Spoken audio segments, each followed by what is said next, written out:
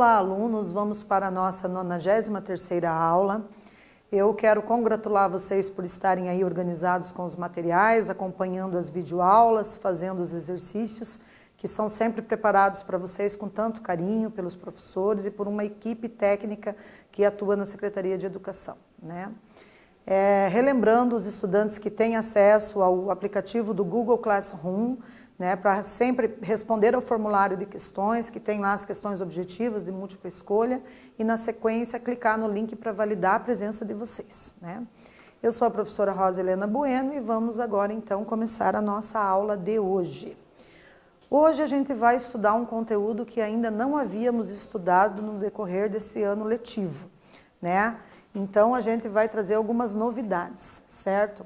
Então o gênero textual que nós vamos trabalhar hoje é a quarta capa e orelhas de livro, né? Vamos trabalhar o uso dos adjetivos e os pronomes de tratamento e algumas figuras de linguagem, né? No caso hoje a gente vai ficar mais com a catacrese, que é uma figura de linguagem que nós não havíamos explorado muito ainda, né? A gente já tinha estudado a metáfora, a metonímia, a hipérbole, a comparação, né? Mas a catacrese ainda não havíamos trabalhado assim com maior profundidade. Então a gente vai fazer isso nessa aula, ok? Vamos também tentar reconhecer o efeito de sentido decorrente da escolha de uma determinada palavra ou expressão, né, dentro de um contexto, dentro de um enunciado, e fazer inferências para descobrir a intencionalidade na produção de um enunciado, ok? Então vamos começar? Observem aqui a imagem que eu trouxe para vocês nesse slide, né? Então a gente tem aqui como que é a formatação de uma capa, né? Então a gente tem ali a orelha da capa ou primeira orelha já no início da capa do livro, né? Tem a parte que é intitulada lombada, né? Que é a parte onde ficam ali presas as folhas que vão compor o livro. Na sequência, a gente tem aqui, olha, uma setinha indicando a orelha da quarta capa ou segunda orelha, né? Então, a quarta capa, se a gente analisar ali e contar o número de capas que compõem o livro, a gente vai ter que a orelha da capa ou primeira orelha é bem curtinha, na sequência vem a capa maior, que traz o título do livro, o nome da editora de publicação, nome do autor ou dos autores, né? Aí vem a lombada, que é essa parte que vai, né, dar suporte para segurar, para prender ali as folhas do livro. E na sequência a gente tem a outra capa, que seria a terceira capa, e por fim uma capinha menor que dobra ali, que a gente chama de orelha da quarta capa ou segunda orelha. Então é a esse gênero textual, as palavras como são selecionadas para compor o discurso que vai estar ali presente nessa quarta capa que nós vamos estudar hoje com um pouquinho mais de profundidade, ok? Então, as características do texto da quarta capa. Elas auxiliam o leitor, né? A ideia é auxiliar o leitor a localizar-se na história, contextualizando o teor do livro. Na maioria das obras é inserida uma sinopse ou um recorte que dê a entender onde, quando e quem está na história, né? Então a gente tem aqui uma sinopse, né, que ali de alguma forma o leitor tem acesso às ideias principais do livro, né? Tem uma mensagem ali que veicula essa ideia até para estimular o leitor, né? E a gente tem em algumas situações uma explicação de onde aconteceram os fatos, quando e quem está na história, certo? Para o texto da orelha de capa, geralmente é apresentada uma introdução à história do livro, na qual são apresentados os personagens principais e o local no qual se passa a história. Há uma breve descrição da situação na qual se encontra a trama em seu início. E é na primeira orelha que o leitor toma um melhor conhecimento da história, né? Então a gente tem ali, dependendo do livro, eles dão o enfoque, a ênfase, né, para algumas dessas características, já na orelha da capa, já no início, e em outros casos vai para a quarta capa. É isso que a gente vai, né, analisar com mais calma agora. Vejam lá, o texto da orelha da quarta capa.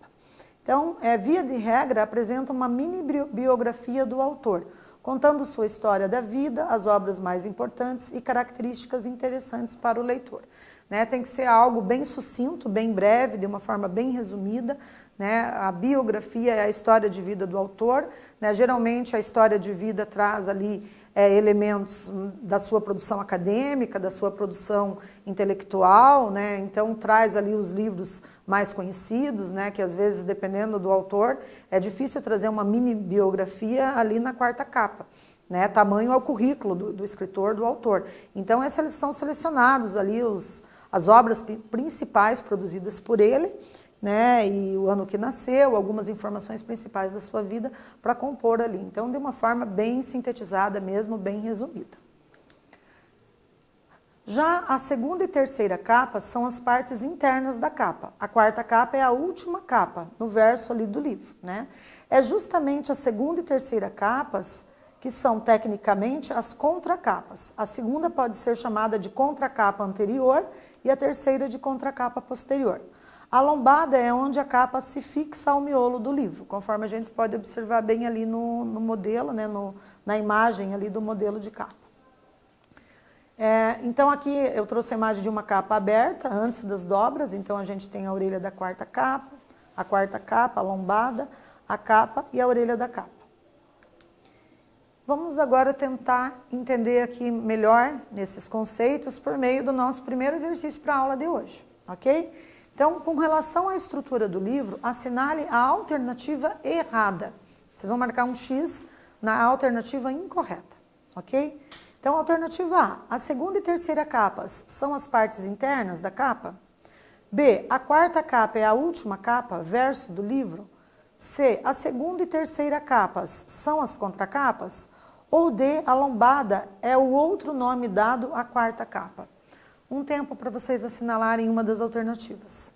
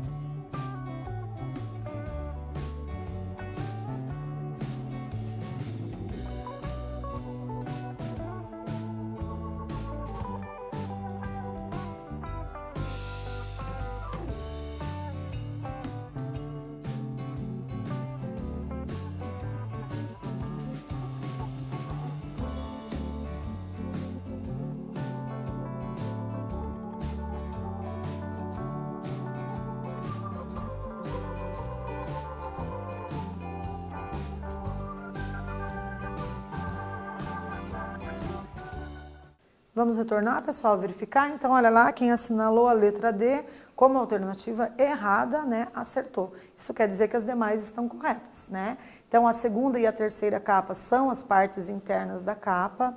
A alternativa A está correta. Na alternativa B, a quarta capa é a última capa, é o verso do livro. Na alternativa C, a segunda e terceira capas são também chamadas de contracapas. E na alternativa D, que diz que a lombada é o outro nome dado à quarta capa, está incorreta, né? Então, quem assinalou a D conseguiu captar ali, né, essa formatação na elaboração de um livro. Vamos para o exercício 2 agora.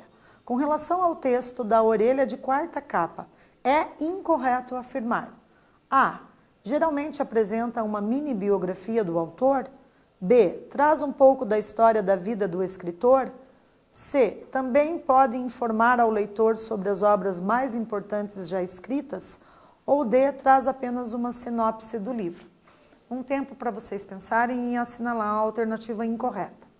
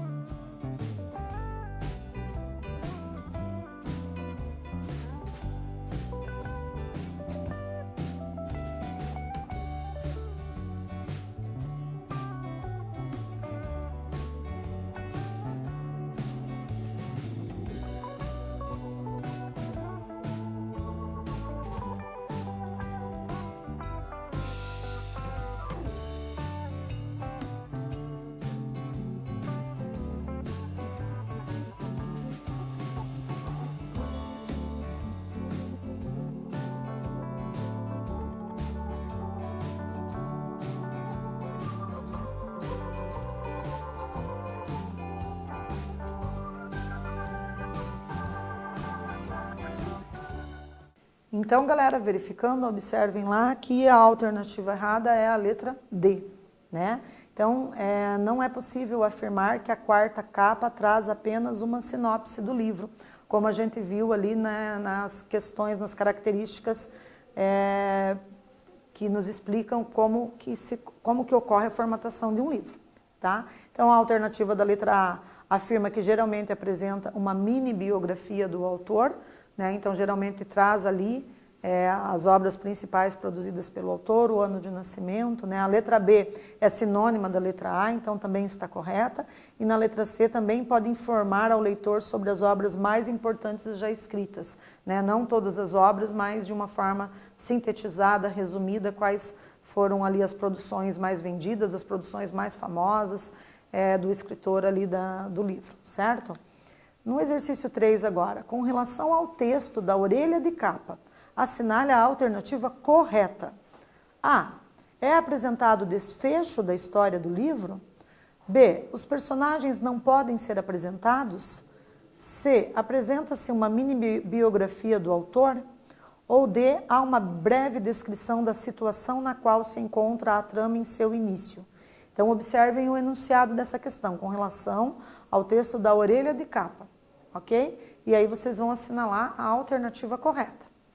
Um tempo para mais esse exercício.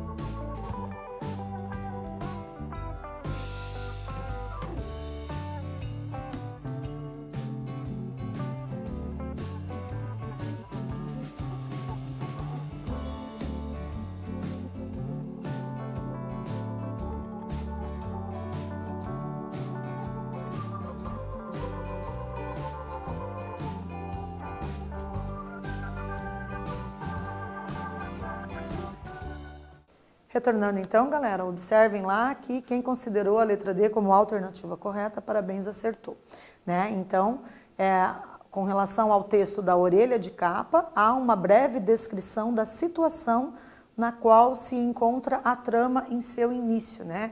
Na qual se encontra ali o início da história, ok? Então, vamos ler agora uma mini biografia. Será que a gente sabe o que é uma mini biografia? Vamos ler com mais atenção.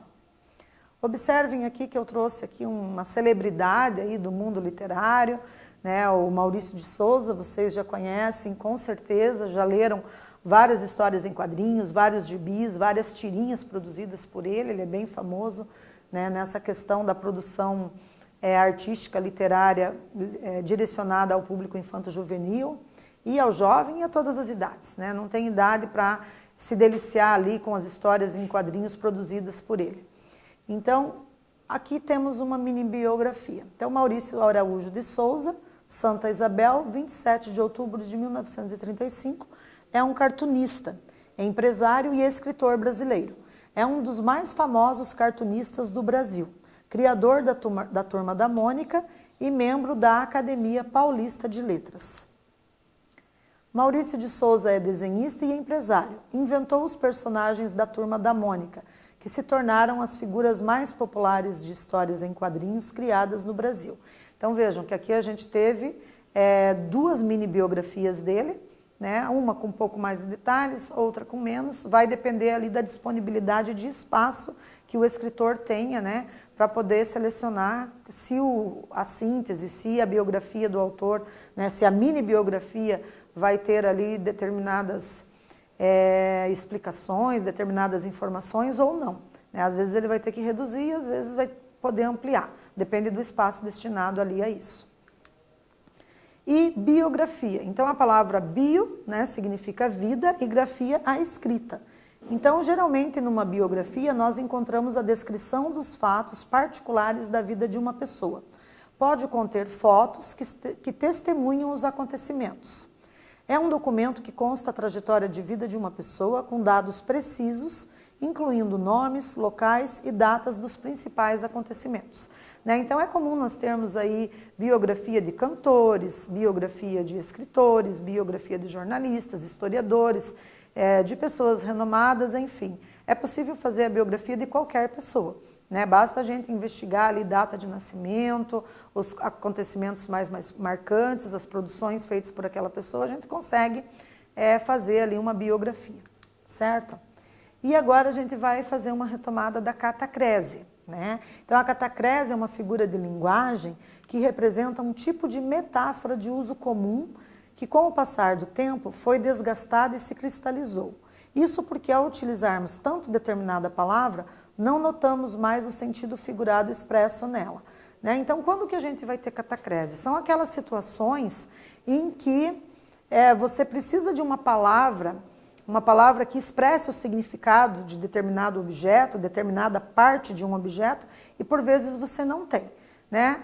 Então, aqui nos exemplos a gente pode ver ali, o pé da cadeira está quebrado, né? Então, você pega a palavra pé, que é a parte de um corpo humano ou do corpo de um animal, e atribui ali para um objeto inanimado, né? O pé da cadeira. E recorrentemente a gente passa a utilizar isso ao longo do tempo, que a gente nem percebe, né, que ali não seria a palavra tecnicamente adequada, mas já está considerada ali, né, de uma forma, digamos assim, normativa na língua portuguesa. Então eu digo o pé da cadeira está quebrado, todas as pessoas vão entender, certo?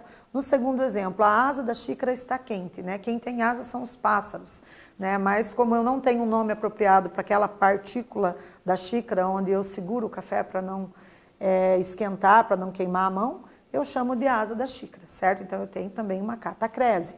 A boca do fogão está estragada, né? O fogão aparentemente não deveria de ter boca, né? Se a gente pensar que quem tem boca são os seres humanos ou os animais. Então, quando eu atribuo partes que são características humanas ou de animais, né, de seres vivos a um objeto inanimado, eu tenho esse fenômeno da catacrese.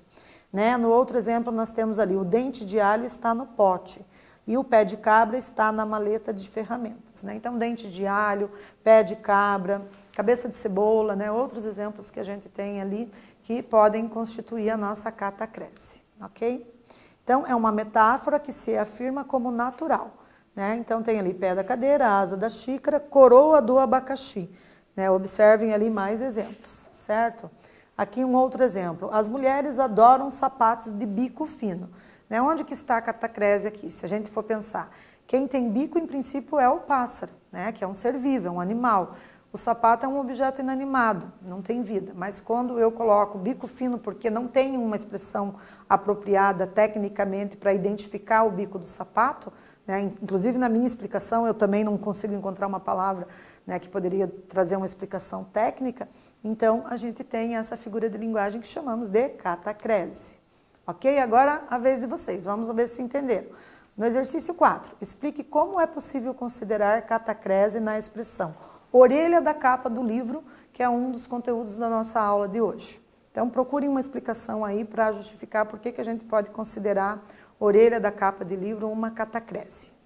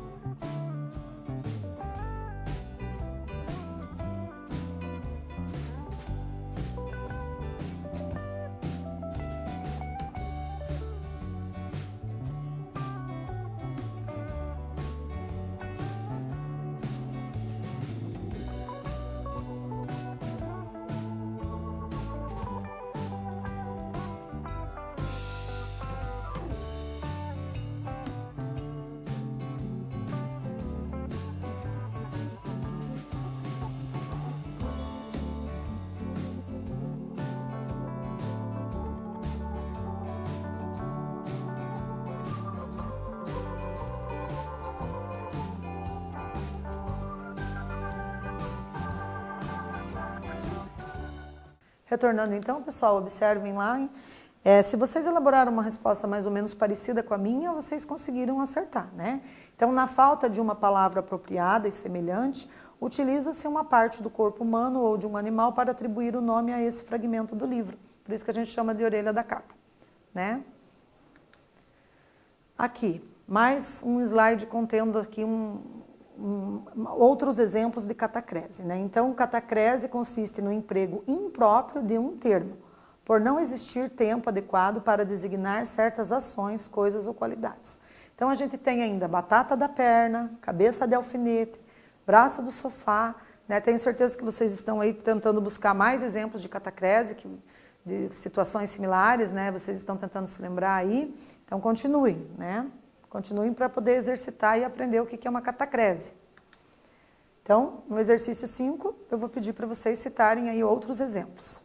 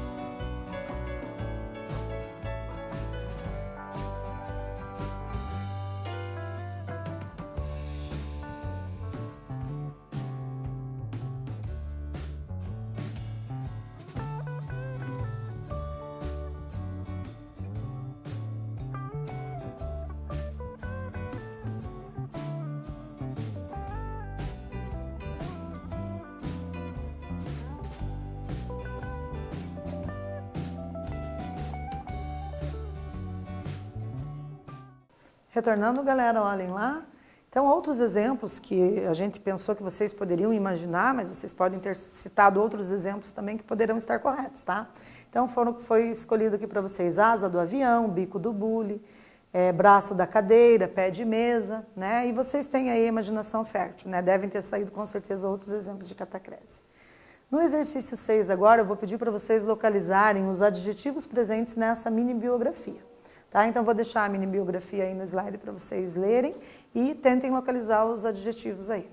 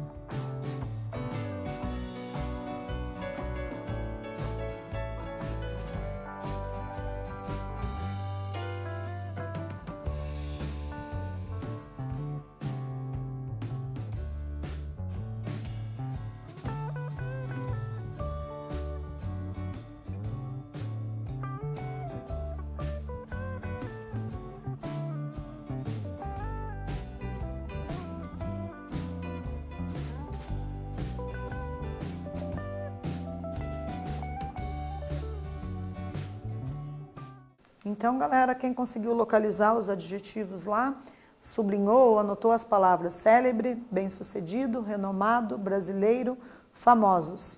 Né? Então, observe que às vezes o adjetivo vem antes do substantivo e às vezes ele vem depois. Né? No caso ali, o primeiro adjetivo nosso é um cartunista célebre, então veio depois do substantivo, né? Cartunista. E a gente tem aqui no final, na palavra famosos, é um dos mais famosos cartunistas, um adjetivo que antecedeu o substantivo. Então, às vezes, eles qualificam o substantivo a que se referem antes ou depois, ok? Vamos para o exercício 7 agora. Eu vou pedir para vocês identificarem o pronome de tratamento e os adjetivos utilizados nessa mini biografia adaptada. Então, a mini biografia foi adaptada para que vocês possam fazer esse exercício.